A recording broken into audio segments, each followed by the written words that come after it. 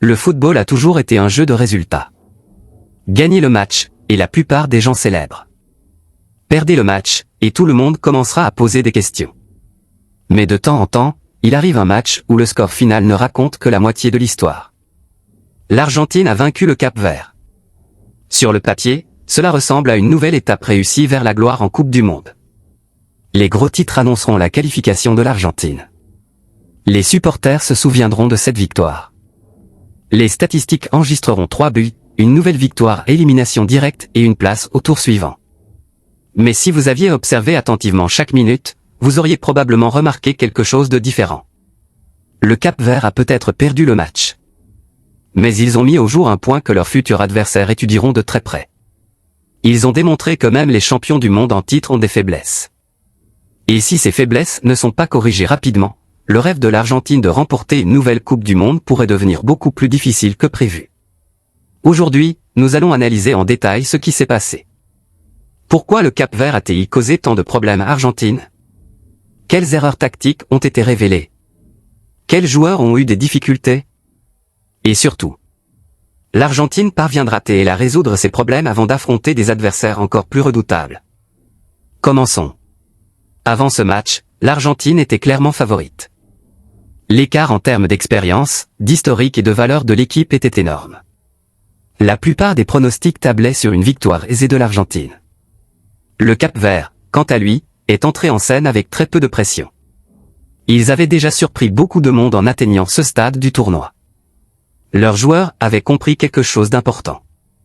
Personne ne s'attendait à ce qu'ils gagnent. Cette liberté les rendait dangereux. Au lieu de rester passifs pendant 90 minutes, les Cap-Verts ont choisi le courage. Ils ont exercé une pression à des moments inattendus. Ils ont attaqué rapidement après avoir récupéré le ballon. Ils avaient confiance en leur rythme sur les ailes. Et ils pensaient que l'Argentine pouvait être blessée. Cette conviction a tout changé. Dès les premières minutes, l'Argentine a contrôlé la possession du ballon exactement comme prévu. Le milieu de terrain faisait circuler le ballon avec assurance. Les défenseurs ont poussé plus haut. Les latéraux se sont joints aux attaques. Tout semblait normal. Mais sous ce contrôle, de petits signes avant-coureurs commençaient déjà à apparaître. À chaque fois que l'Argentine perdait le ballon, le Cap-Vert a attaqué immédiatement. Pas avec de longues périodes de possession. Pas avec des passes compliquées.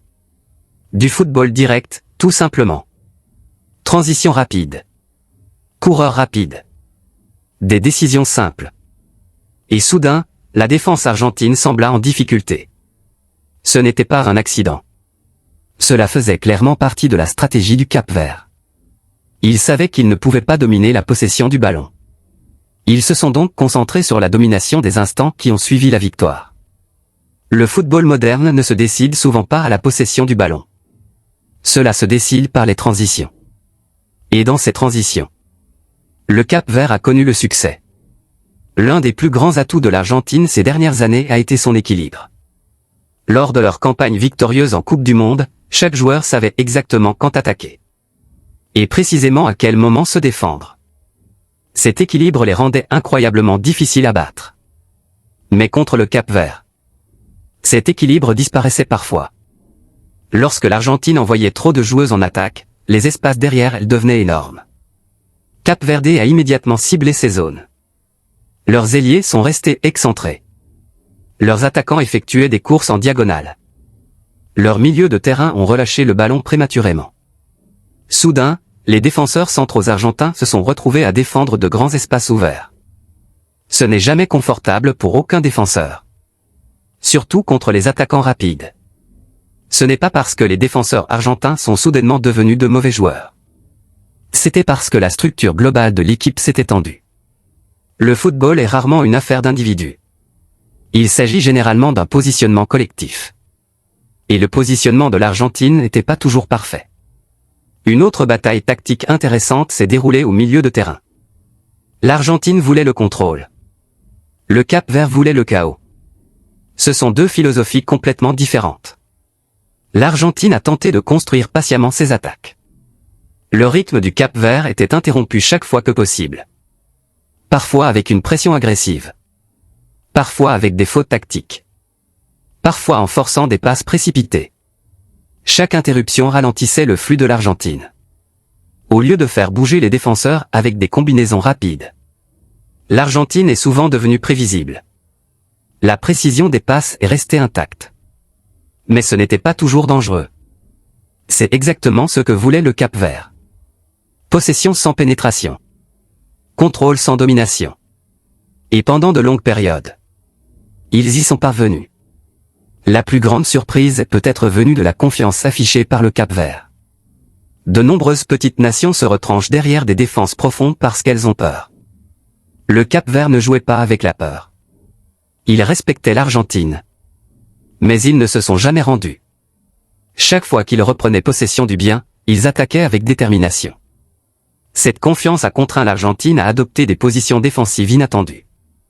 Au lieu de se détendre après l'avoir marqué, l'Argentine devait constamment rester en alerte.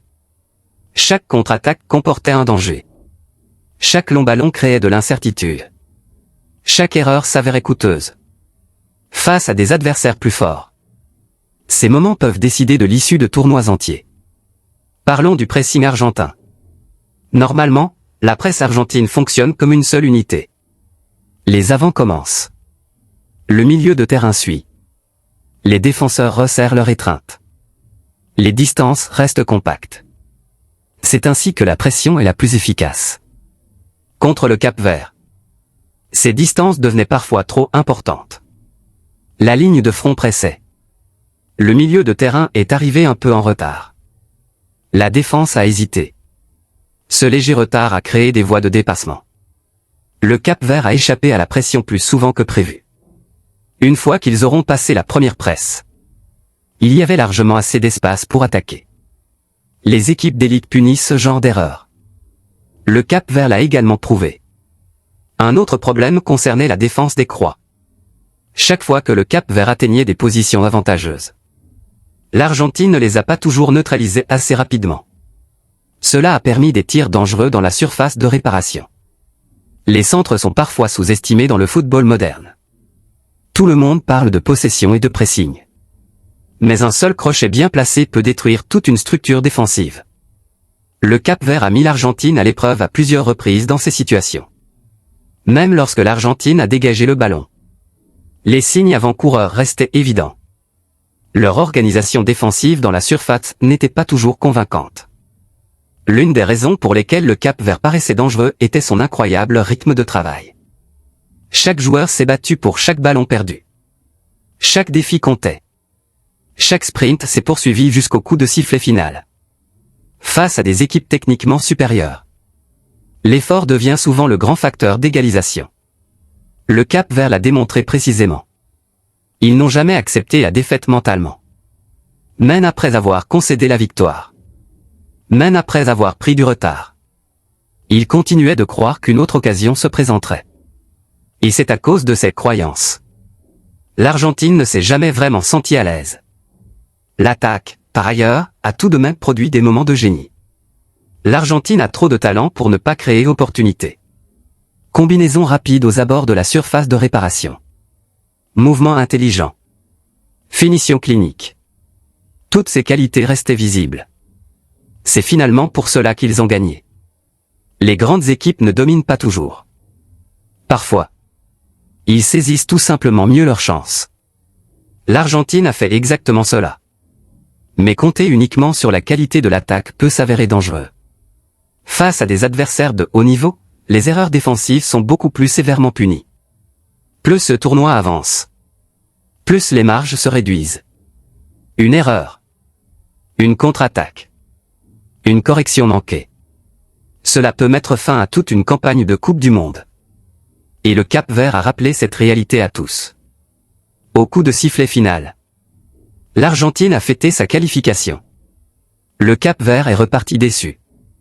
Mais le monde du football a remarqué quelque chose d'important. L'Argentine avait avancé. Des questions restaient cependant sans réponse. S'agissait-il simplement d'un match à élimination directe difficile? Ou bien le Cap-Vert aurait-il découvert un plan que ses futurs adversaires pourraient copier? C'est la question que se posent tous les supporters argentins aujourd'hui. Et dans la prochaine partie, nous examinerons les performances individuelles, les ajustements tactiques que l'Argentine doit effectuer avant d'affronter l'Égypte, et si ces problèmes pourraient leur coûter une autre Coupe du Monde.